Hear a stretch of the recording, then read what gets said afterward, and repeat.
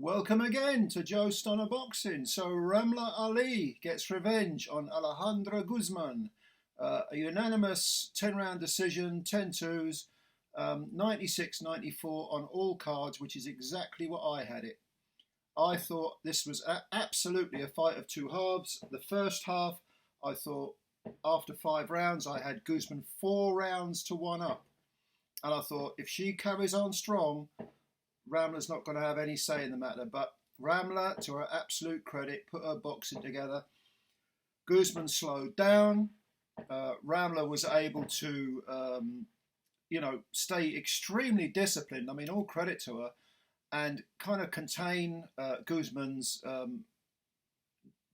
diminishing pressure. Because to start with, she really was putting the pressure on. I mean, she came out punching with both hands.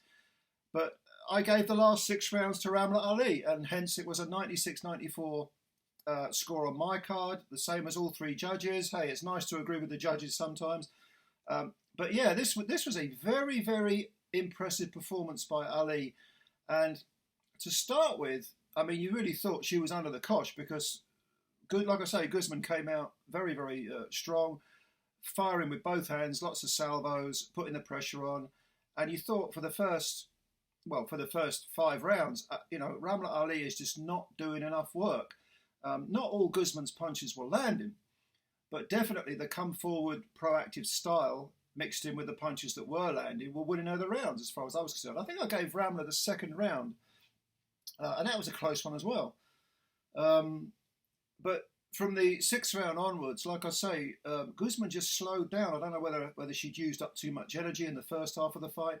She's the younger woman by 8 years. She's 26 and Ramla is 34.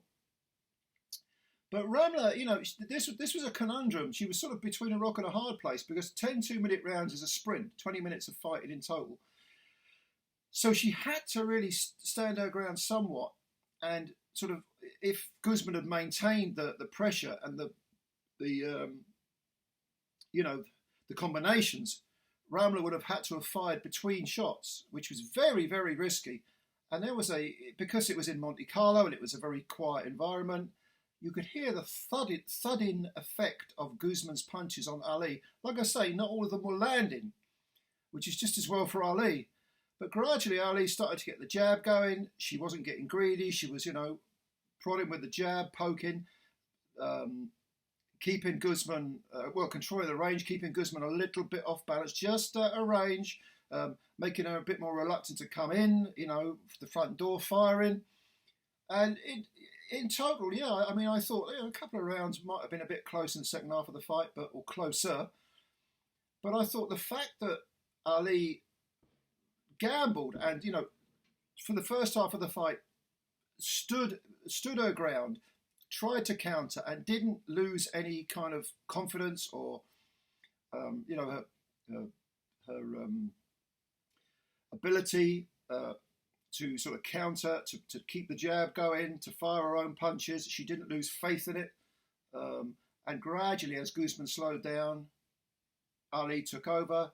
Yeah, it was impressive. It was mentally impressive because from the word go, Guzman was punching, and I'm sure a part of that was to make Ramla, remember that knockout, remember those little nagging personal demons that are in the back of your mind. But Ramla Ali, no, she walked through that. After the fight, she said that she hadn't had any sleep, that she'd started menstruating this morning.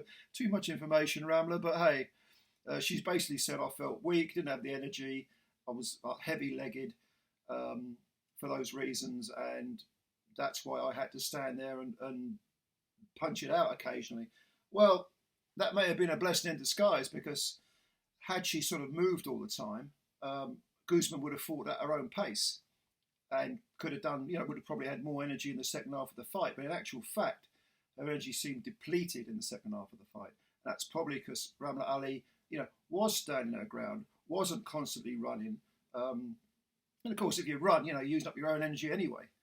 So maybe it was a blessing in disguise, but it's a good win for Ramla Ali, no question about it, over a very, very dangerous opponent.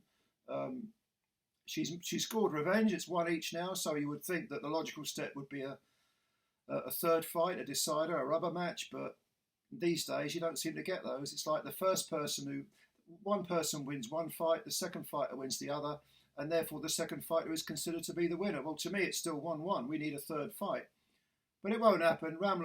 Eddie Hearn talked afterwards about getting Ramla a world title shot. That's probably what she'll do. She'll probably get, but maybe if she wins a belt, they could have a third fight further down the line. But Guzman isn't getting any younger. She's 34. And Ramla's got all the time in the world, 26, that's nothing.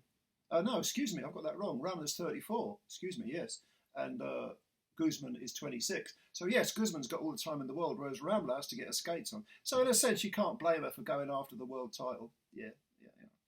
Anyway, did you see the fight? What are your thoughts? Leave your comments below. Subscribe to the channel if you're new, please. And of course, like the video as well.